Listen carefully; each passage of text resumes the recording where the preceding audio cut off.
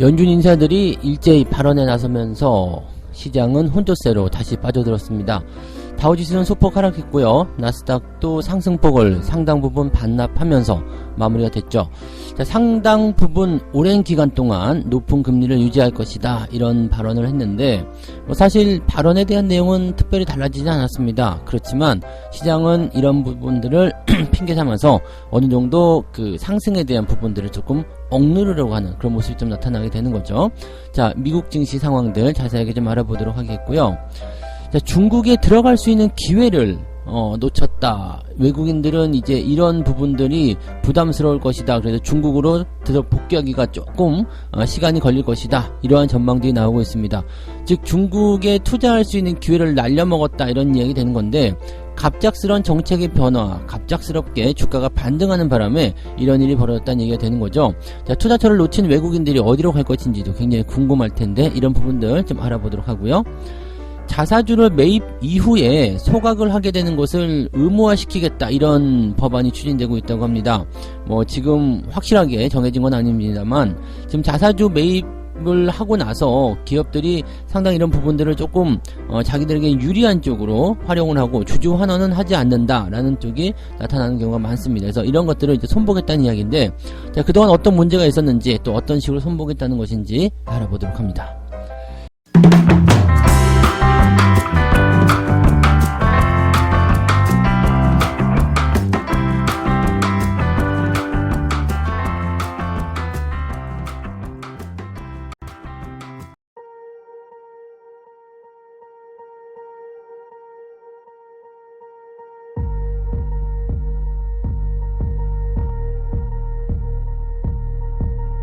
네, 반갑습니다. 자, 오늘은 1월 10일 화요일입니다. 자, 어제 주가가 좀 많이 올라가지고 또 다시 후끈한 그런 분위기를 기대하고 계신 분들 많으실 것 같은데, 미국 쪽에서는 약간 분위기가 식는 듯한 느낌이긴 합니다. 하지만 기술주들이 잘 올랐기 때문에 크게 문제는 없습니다만 살짝 걱정되는 것은 사실일 것 같아요. 다우지수가 마이너스 0.34% 하락을 했습니다. 그 다음에 나스닥 같은 경우는 플러스 0.63% 상승 마감을 했습니다. 약간 혼조세 보였다라고 볼 수가 있을 것 같은데 장 초반에 상승 출발했고요. 그 다음에 장 초반, 오전 시점까지는 계속해서 상승 흐름을 이어갔어요. 그런데 오후 들어서면서 뚝뚝뚝뚝 떨어지기 시작해가지고 결국엔 다우지수가 마이너스 0.34까지 밀린 거고요. 나스닥은 상승폭을 상당 부분 반납하면서 아침 시점보다 더 많이 떨어진 거죠. 그래서 둘 다 지금 보면은 음봉의 형태로 마무리가 됐다고 보시면 될 것 같은데, 오르고 내리고는 별로 중요한 건 아닙니다만 상승 분위기가 순식간에 꺾였다라는 것이 조금은 부담스럽죠. 자, 그 이유가 뭐냐? 자, 여러분 다 예상하시는 대로 연준 의원들의 발언입니다. 그래서 우리는 이제 CPI 지표나 이런 것들을 앞두고 있기 때문에 거기에 대해서 이제 뭔가 상황을 조금 긍정적으로 보고는 있습니다만 연준 의원들이 바로 튀어나오면서 또 얘기를 하는 거 아니겠습니까? 그래서 그런 부분이 좀 있는 거고요. 지금 이제 경제 지표를 먼저 좀 살펴보게 되면 이제 CPI 지표에 대한 부분들은 긍정적으로 볼 수가 있겠죠. 그래서 이게 이제 장 초반에 시장을 끌어올리는 중요한 요소가 좀 됐을 거예요. 지난주에는 고용 지표가 발표가 됐는데 임금 상승률이 둔화되었다. 임금 상승률이 둔화되었기 때문에 뭔가 이제 좀 부담되는 그런 것들이 좀 사라졌다는 얘기가 되는 거죠. 그 다음에 CPI에서는 인플레이션이 추세적으로 둔화하고 있다, 이런 부분들을 볼 수 있는 상황이 좀 되는 거잖아요. 임금 상승이 둔화되면 인플레이션도 좀 꺾일 것이다. 여기다가 지금 CPI 지표 같은 경우가 그 전년 같은 기간보다 6.6% 정도로 예상치가 나오고 있습니다. 어디에선 6.5%까지 나오고 있어요. 그러니까 6.5에서 6.6 정도 지금 예상치가 나오고 있는데, 지난달에 7.1% 나왔으니까 이거보다는 둔화되었다라고 얘기가 되는 거죠. 그렇다면 인플레이션이 이렇게 앞자리 수까지 바꿔가면서 뚝뚝 떨어지게 된다라면 부담이 많이 줄어든다는 얘기가 되는 거죠. 자, 물가 상승 압력이 완화되면서 기업들의 실적도 크게 악화되지 않고 오히려 잘 견뎌내고만 있다라면 경제의 연착륙 가능성이 있지 않겠느냐, 이렇게 되는 거죠. 경제의 연착륙 가능성이 있다라면 실질적으로 이제 긴축에 대한 부분들도 많이 완화될 것이다라고 보실 수가 있는 내용이 되는 거죠. 그러니까 이렇게 되면 긍정적인 소식이 전해질 수밖에 없겠죠. 그래서 장 초반에 이런 것들을 통해서 상승 흐름을 좀 보여줬고요. 3년 후 기대 인플레이션은 여전히 3%로 집계되어 있습니다만, 이런 수치들은 네, 이제 CPI 지표가 발표되고 연초 시점이 지나가고 나면 어느 정도 변화가 좀 있을 것이다 보여집니다. 아직까지는 뭐 이게 변화가 네, 생길 만한 건덕지는 없다고 보시면 되겠죠. 그래서 현재로서는 이제 인플레이션에 대한 전망치가 점점 낮아지고 있다는 것이 현실이다라고 봐주시면 되는 겁니다. 다만 이제 이런 상황 속에서 연준 인사들의 발언이 있었어요. 지금 보면 이제 메리 데일리, 샌프란시스코, 네, 연준 총재, 이 사람들 얘기가 나오고 있는 거지만, 실제로는 이 사람 말고도 더 많은 사람들, 네, 지금 보스턴이었던가요? 네, 보스틱이죠, 보스틱. 이 애틀랜타 연은 총재가 또 금리를 오랫동안 5% 이상 유지할 것이다, 이런 얘기도 좀 했었고요. 그 다음에 이 메리 데일리, 샌프란시스코 연은 총재도 마찬가지. 여전히 연준이 인플레이션을 억제하기 위해서 기준금리를 5% 이상 넘겨서 인상을 하게 될 것이다 라고 얘기를 했습니다. 이거 뭐 다 아는 얘기지만 굳이 뭐 이런 얘기를 나와서 하는 것도 웃기는 거고, 이걸 또 기사로 써서 나오는 것도 웃기는 거고, 네, 이제는 뭐 사실 힘이 많이 줄어들지 않았을까라고 생각이 드는 부분이 있습니다만, 이번 주에는 블러드 총재 발언도 있고요. 자, 오늘 저녁에는 또 파월 의장의 발언도 있죠. 그래서 실제로 이제 계속 이런 연준 인사들의 발언이 나오게 될 기 때문에 CPI 지표를 앞두고서 어떠한 형태를 보일 것인지는 주목을 해볼 만한 내용이긴 합니다. 자, 어쨌건 연준 인사들은 뭐라고 얘기를 하고 있느냐, 기준금리를 0.5를 인상할지 아니면 0.5를 인상할지 0.25를 인상할지 0.5를 인상할지는 아직 모른다. 하지만 이 두 가지 모두 테이블 위에 올려놓고 있고, 그 다음에 앞으로 나오는 경제지표를 면밀히 살펴본 다음에 결정할 것이다. 하지만 시장은 0.25%포인트를 인상할 것이다 라고 거의 확정을 지어놓은 상태죠. 그래서 아마도 이 예상치에서 크게 변하지 않을 것 같습니다. 지금 같은 상태에서 0.5로 올린다, 이것도 사실은 연준 입장에서는 뭐 그렇게까지 나쁜 카드는 아니에요. 그렇지만은 뭔가 조금 보여준다거나 아니면은 새해에 들어서 분위기를 좀 바꿔야 되겠다라는 생각을 좀 하고 있다라면 0.25%포인트를 인상하는 쪽으로 결정하는 것이 가장 두드러지지 않을까 생각합니다. 그래서 이번에 CPI 지표 이번 달에 발표되는 것과 다음 달에 발표되는 것이 있겠죠. 그래서 이 두 가지가 가장 중요한 요소가 좀 되지 않을까 생각되는데, 어쨌든 이번 달 거가 가장 중요한 포인트가 되겠습니다. 앞자리수가 바뀌기 때문에 기대감을 쭉 끌고 넘어가서 1월 효과를 만들어낼 수도 있지 않을까 생각합니다. 다른 은행들, 투자은행들도 전체적으로 이 연준의 금리를 5.0에서 5.25 정도로 예상을 좀 하고 있다고 합니다. 그러니까 지금 현재 4.5%이기 때문에 5.0까지 올라간다 그러면 두 번밖에 안 올라요. 5.25가 된다 그러면 세 번밖에 안 오릅니다. 그래서 상반기보다도 더 빠르게 상반기 안에 금리 인상이 종결될 수도 있다, 이렇게 나올 수도 있거든요. 금리 인상이 종결되고 나면 그 다음부터는 인하로 가는 것이 아니라 동결로 간다고 말씀드렸죠. 그래서 동결을 진행하게 되는 상황이 벌어지게 될 텐데, 이 동결 기간도 조금 축소가 되겠죠. 보통은 이제 모니터링 하는 시간이다 라고 해서 이제 그걸 유지하는 기간을 보는데, 대체적으로 6개월 정도 보거든요. 그러니까 만약에 상반기 안에 뭐 4월이나 5월에 금리 인상이 끝난다 라고 한다면 연말 시점 돼서는 금리 인하에 대한 이야기가 슬슬 나올 수도 있다, 이렇게 판단하시면 되는 겁니다. 그러니까 생각보다 더 빠르게 시장의 변화가 일어나고 있다는 것을 참고해 볼 필요가 있을 것 같고요. 인플레이션 같은 경우는 연초 시점에서 더 빠르게 하락할 가능성이 높기 때문에 아무래도 이제 이런 부분들을 놓고 본다라면 금리를 동결시키는 움직임들이 빠르게 진행될 수 있다. 그렇게 하다 보면은 이제 은행주들은 약간 좀 애매하죠. 은행주들은 조금 좀 더 많이 누릴 수 있었는데, 뭐 아직까지 뭐 걱정될 만한 상황은 아닙니다만 조금 더 누릴 수 있지만 이 부분이 좀 빨리 끝날 것 같아, 잔치가 빨리 끝날 것 같아, 그러면 빨리 먹어야 되죠. 네, 그런 식으로 예상이 좀 되고 있는 부분이 좀 있고요. 다른 기업들의 실적 같은 경우는 오히려 더 빠르게 회복된다거나 경기가 더 좋아진다거나 그런 쪽으로 해서 시장을 끌어올리는 모습이 더 빠르게 턴어라운드로 진행될 수도 있다라고 판단하시면 될 것 같아요. 자, 이번 주에는 JP모건 체이스, 뱅크 오브 아메리카, 시티, 델타항공 등 분기 실적을 시작으로 해서 이 4분기 어닝 시즌이 본격적으로 시작된다라고 합니다. 실적은 안 좋다는 얘기 나오는데 주가가 상승하는 이유는 여기에 있습니다. 실적이 안 좋은데 왜 올라가요? 네, 지금이 가장 나쁜 구간, 앞으로 또 좋아질 것이기 때문에 항상 그 부분입니다. 기업은 미래 가치를 먹고서 주가에 반영시키기 때문에 그런 내용들을 우리가 참고하셔야 됩니다. 이 미래 가치를 반영시키는 곳에서 너무 많이 올랐다거나 너무 많이 내렸다거나 하는 것이 고평가와 저평가다라고 보시면 되는 거고요.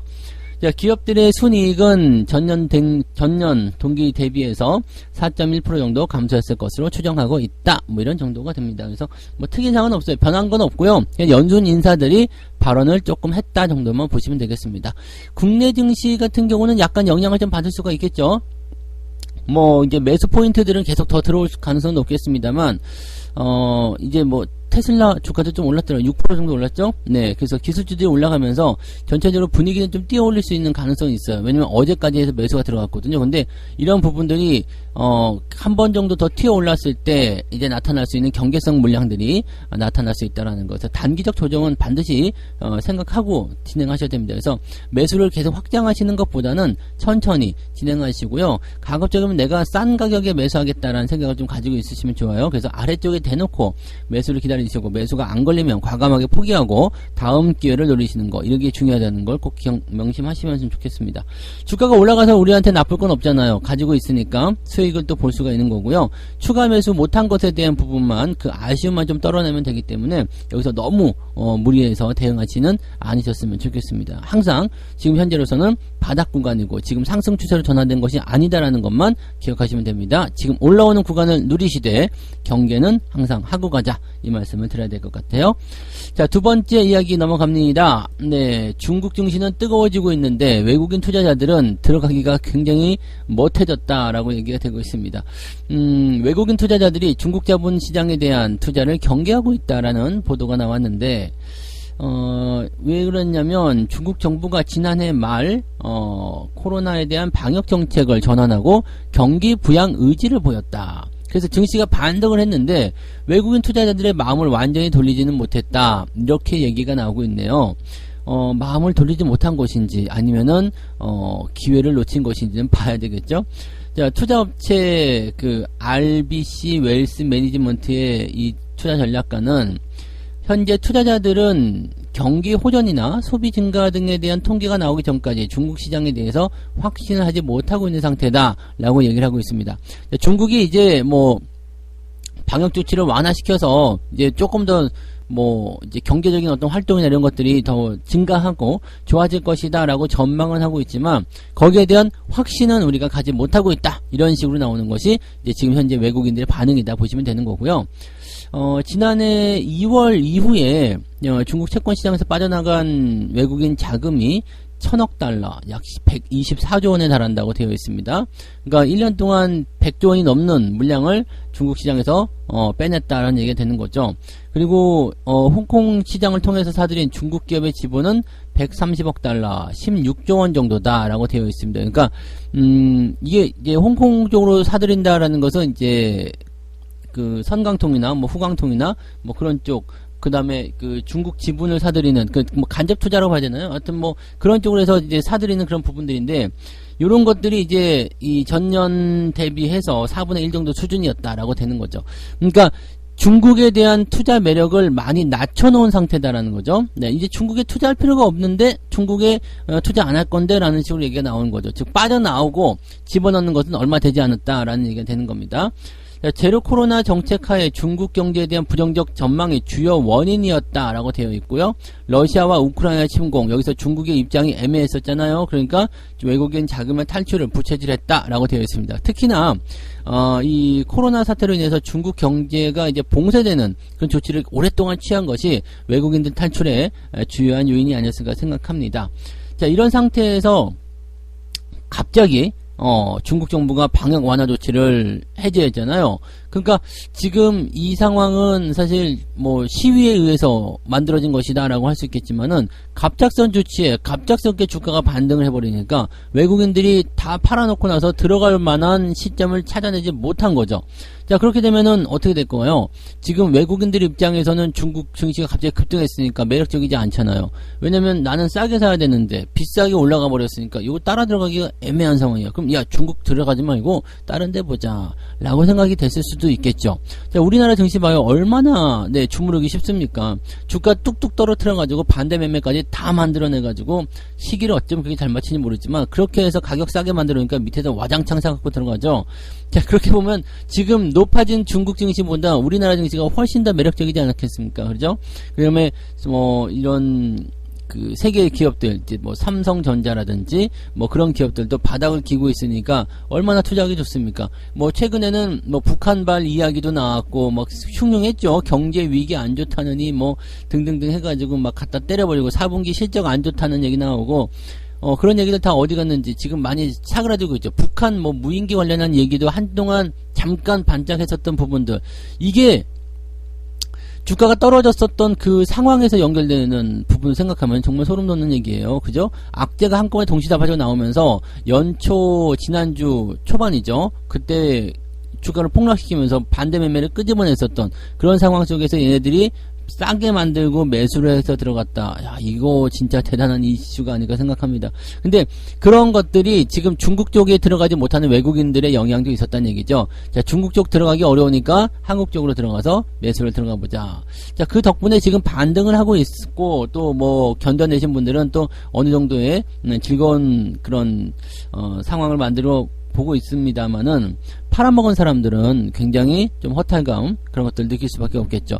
지금 주식을 팔게 되면 다시 못 들어갑니다. 왜냐하면 주가가 올라가 버린 상태가 되기 때문에 더 비싼 가격에 사야 되는데 내가 판 가격보다 더 비싼 가격에 매수한다는 것은 쉬운 일이 아니거든요. 그래서 그런 부분들 때문에 지금은 여러분들이 주식을 꽉 붙잡고 있어야지 여러분들의 재산을 지킬 수 있다는 것만 기억하시기 바랍니다. 팔고 나면 다시는 진입하기 어렵다는 것만 꼭 기억하시기 바랍니다. 자, 세 번째 이야기도 한번 들어가 보도록 할게요. 자사주 매입 이후에 소각을 의무화시키겠다. 자, 지금 법안이 확정된 것이 아니고 이렇게 하겠다는 얘기입니다.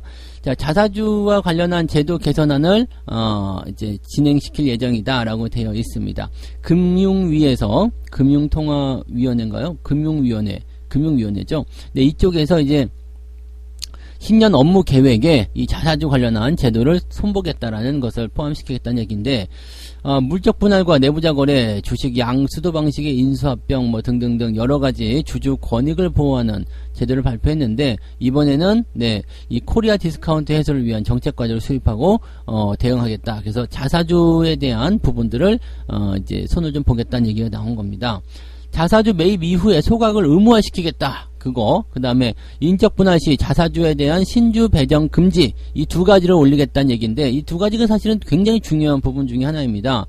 지금 자사주를 매입을 하는데 이것을 주가가 떨어진 시점에서 자기들 지분을 강화시키거나 그런 용도로 사용하거나 또는 이 떨어진 시점에 사가지고 그것을 이제 주주 환원 쪽으로 활용을 해줘야 되는데, 그렇지 않고 그냥 주가 올려서 수익 내서 팔아먹고 이런 것들이 벌어지면 안 된다라는 얘기가 되는 거고, 또 한 가지 인적 분할 시에 지배주주가 더 출자하지 않고도 지배력을 강화할 수 있게 하는 자사주 마법, 즉 자사주한테도 신주를 배정을 하는 거예요. 너 자사주, 너 주식에게는 일단 주식 배당을 다 해줘야 되니까 자사주한테 주는 거야. 그렇게 해야 되니까 자사주를 미리 사놓고 이 주식 배당을 많이 받아서 새롭게 출자하지 않고도 지배력을 강화하게 된다.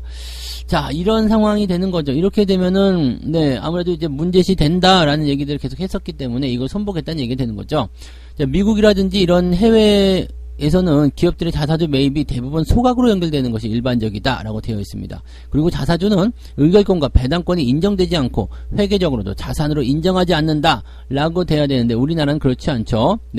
국내에서는 취득 자사주를 지배력 강화, 우호적 경영권 확보 이런 쪽에 사용을 하고 있다. 자, 인적 분할 과정에서 자사주의 신설회사 신주를 배정해서 추가 출자 없이 지배주주의 지배력을 확대한다. 이게 자주 일어나는 일입니다. 근데 이런 부분들을 지금까지 막지 못했던 것은 법제화되지 않았기 때문이죠. 그렇기 때문에 여기에 대해서는 이제 뭔가 손을 보겠다라는 얘기를 나오는 부분이 되는 겁니다. 그 다음에 이 자사주 소각에 대한 부분도 주주 환원 쪽으로 활용하자라고 되어 있는데, 우리나라에서는 자사주를 소각해서 주주 환원 수단으로 활용하는 기업들은 국내에서는 2.3%밖에 안 된다라고 되어 있습니다. 참 어이없는 숫자이긴 하죠. 근데 이것을 우리가 한번 생각해 봅시다. 법제화 시켜가지고 못하겠다, 이걸 막아버리겠다라고 얘기했을 경우에 자사주 매입을 하는 기업들이 과연 있을까라는 생각도 좀 들어요.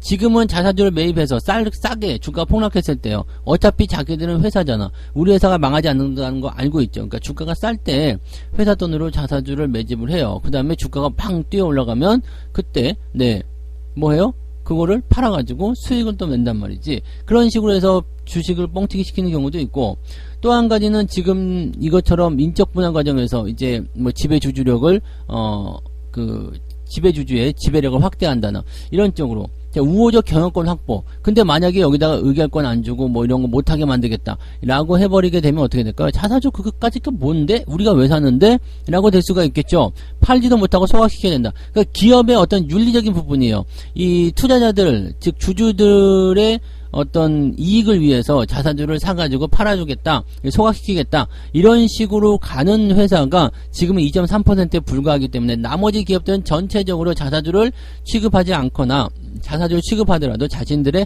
이익을 위해서 하는 것이지 이 주주들에게 환원해주지 않는다는 얘기가 되는 거거든요. 과연 이거를 법으로 건드릴 수 있겠는가? 약간 의문이 좀 되는 부분이긴 합니다만은 그렇게 됐으면 좋겠죠. 그래서 많은 기업들이 자사주를 매입을 하고 주주들의 이익을 우선적으로 대변해주면 좋겠다는 생각을 하고는 있습니다만 현실적으로 좀 어렵지 않겠나, 부딪힐 장벽이 많지 않겠나 생각이 들긴 합니다. 그래서 이럴 때는 우리가 이런 거 활용을 하는 거죠. 자사주 매입이 들어갔어? 그렇다면 얘네들이 뭔가 생각을 좀 하고 있구나 해서 같이 들어갔다가 나올 때 같이 나오고 그렇게 하시면 되지 않을까 싶은 생각은 있습니다. 그래서 당장 이제 시행된다는 것이 아니라 이번 연도에 그것을 법제화시키겠다는 얘기인데 과연 잘 될 수 있을지는 지켜봐야 되지 않을까 생각해 봅니다. 그래서 그런 부분으로 우리가 참고들을 해주시면 좋을 것 같습니다. 자, 이렇게 해서 오늘 세 가지 이야기 전달해 드렸는데요. 뭐 특이사항은 없습니다. 그냥 시장에 대한 분위기는 그대로 잘 연결될 것 같다 생각되는데 약간의 경계심만 좀 가지면 될 것 같아요. 연준 인사들이 발언하면서 미국 증시가 혼조세에 들어갔는데 상승 포인트만 조금 꺾인 듯한 그런 느낌이지 뭐 크게 부담될 건 없고요. 진짜 중요한 건 CPI 지표 발표가 있어야지만이 이 전체적인 윤곽이 드러날 것이다 라고 보시면 되겠습니다. 혼조 양상은 일단은 좀 지켜보자 라는 식의 느낌이라고 판단하시면 돼요.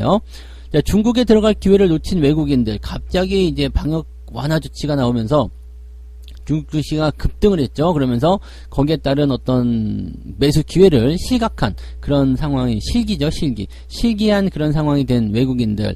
자, 중국에 들어가니 조금 가격이 비싸진 것 같아. 그러다가 딱 돌려보니까 한국이 만만해 보이니까 들어왔다, 이렇게 생각하실 수도 있을 것 같아요. 근데 어쨌든 만만해 보여서 들어왔던, 좋아 보여서 들어왔던 외국인들이 들어왔다는 것은 우리한테 좋은 소식이 된 거고, 자, 당분간은 또 이어지게 된다면 시장 흐름은 좋아질 수 있다고 판단하시면 되겠죠. 중국이 계속해서 올라가 있으면 결국에는 따라갈 수밖에 없겠지만 지금 현재쯤에서는 외국인들이 들어가기가 쉽지가 않을 것이다 라고 보시면 되겠습니다. 자사주 매입 후에 소각을 의무화시키는 법안이 진행될 것이다.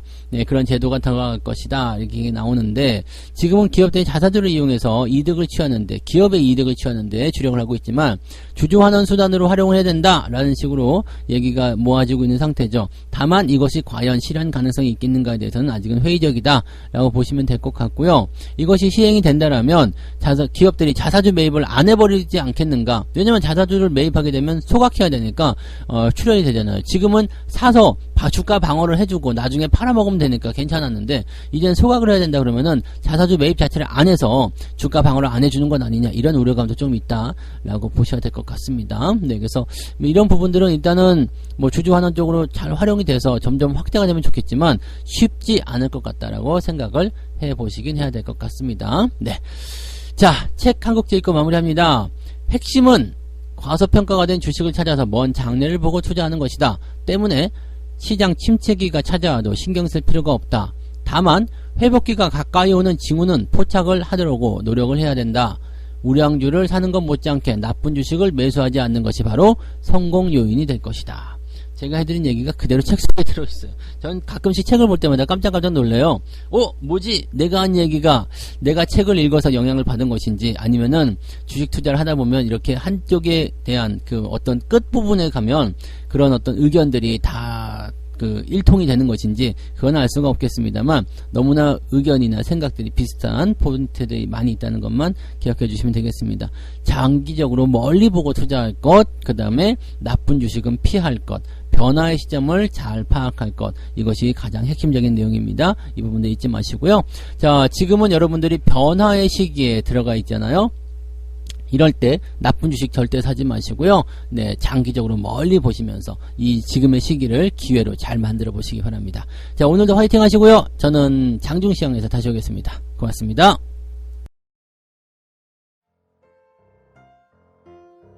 본 방송에서 제공되는 모든 정보는 투자 판단의 참고 자료이며 투자의 최종 책임은 본 방송을 이용하는 본인에게 있습니다.